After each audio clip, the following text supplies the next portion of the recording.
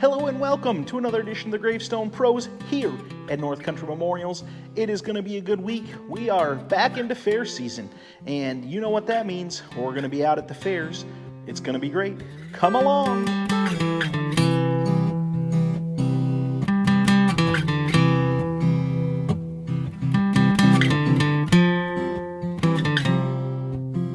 All right, I am here at the fair, and we are actually on the beginning of week 2 here. So it was a good week at Lowville. Didn't end up pulling the camera out. It just ended up not having a chance to really. So you missed the Lewis County Fair, but we are in Boonville, Oneida County Fair this week, and kind of a slow start. Not a whole lot going on today. It is a Tuesday, and opening days of fairs can go kind of either way. Sometimes they're busy, but not always. So I'm sitting around, not a whole lot to do. Thought I'd do a little editing and say hello to you guys. So that is what we're going to do. I'm going to show you guys a little bit from last week. Actually, a couple weeks ago, I was out at the cemetery and working on those cleaning jobs, and I stopped and took a look at a couple stones in a particular cemetery in Port Leyden that I like to check on every now and then, and so we will head out there and I'll show you what I filmed for you. I was close by this cemetery and thought I'd just stop in real quick and show you guys this stone. This is a crazy stone. I'll stand next to it to give you a comparison of size. It's another foot taller than I am. Absolutely gigantic. Scroll and flower and stuff carved into it. Last name. But just really crazy. I always thought that it didn't have names on it, but I see it does. But here from this side, it just is big old rocked, chipped edges. It's just a solid piece. The back of it, absolutely love it. I've always said this is what I want, but I don't want any name on it except for the last name, just Christman. And I don't know that I'll ever have a chunk this big, but I've always thought that would be cool. So anyways, you can see it's a huge stone. So that was a stone that I would choose if I could have any stone I wanted. Pretty big, pretty awesome, but who knows if I'll ever get that. It's kind of crazy. But the next thing I wanted to show you, same cemetery, I have a green slant stone that I sold there, and I'm going to talk about that a little bit. So we'll jump back out to the cemetery. This is the only green I've ever done, and I can still tell it still looks green. Not super green, but it's still green, and the color is not fading. There's a color called tropical green, which fades to a nasty brown and then yellow, which is just gross, and so I never dealt with green because of that. But this one here actually looks pretty good still, and it was a stone that was a mistake that was sent to me, and the company didn't want it back. They said just keep it, and so I kept it for years. It sat at my store, and I just kind of watched it to see if it was going to lose color. Since it never changed color, it sat and sat, and finally somebody came in one day and wondered if I had anything that I could give a good discount on, and I said, well, I do have this one.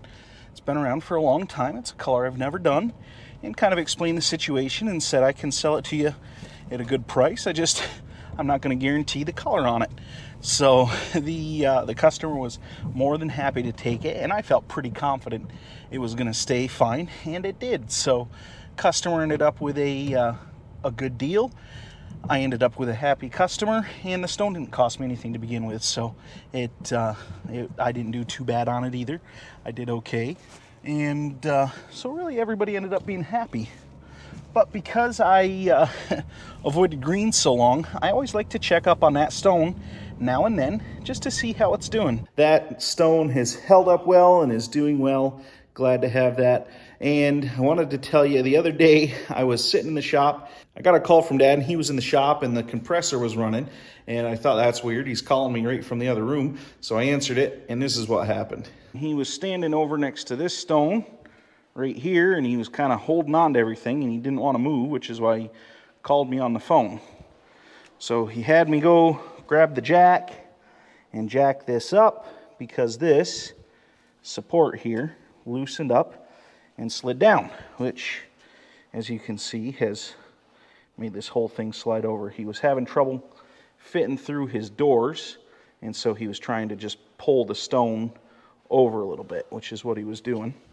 And anyways, just so happens to be, this is the replacement stone for the one that he dropped off of the rollers earlier this spring. So how we got in a situation where we're having issues holding up another stone happens to be this one again. Just makes you wonder sometimes how that goes. But anyways, we'll have to readjust that up, and apparently we need to take a look at our supports and maybe just give them each a crank, make sure they're all tight.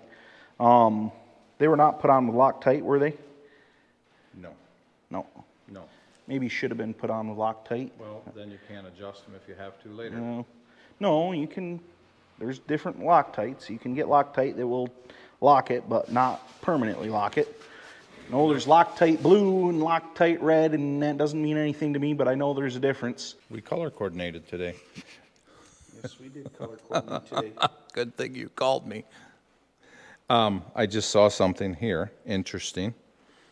So when we bought this system, this was used pieces out of a warehouse, like a massive warehouse full of pieces. This one has 2 bolts. This one has 1 bolt. This one has 1 bolt. Interesting. The floor pattern, though, that one has 4, and that one only has 2 on the floor. So can go into the floor in all 4 corners, where that one's just got 2 wings. So strange. The one thing that I did, I'm pulling on this stone, which is very heavy, so it wasn't just sliding easy. So it put a lot of stress on this side, which is why, and obviously that needed to be snugged, and we need to go through and it's just a good warning, go through and snug them all.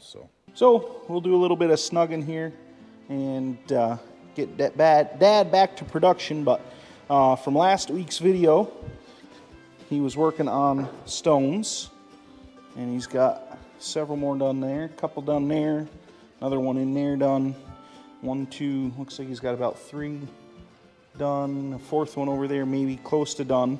So the getting close to the end of what we had on the rollers to do, which was good. An update on the air system I'll give you in just a second. Dad wants to say something.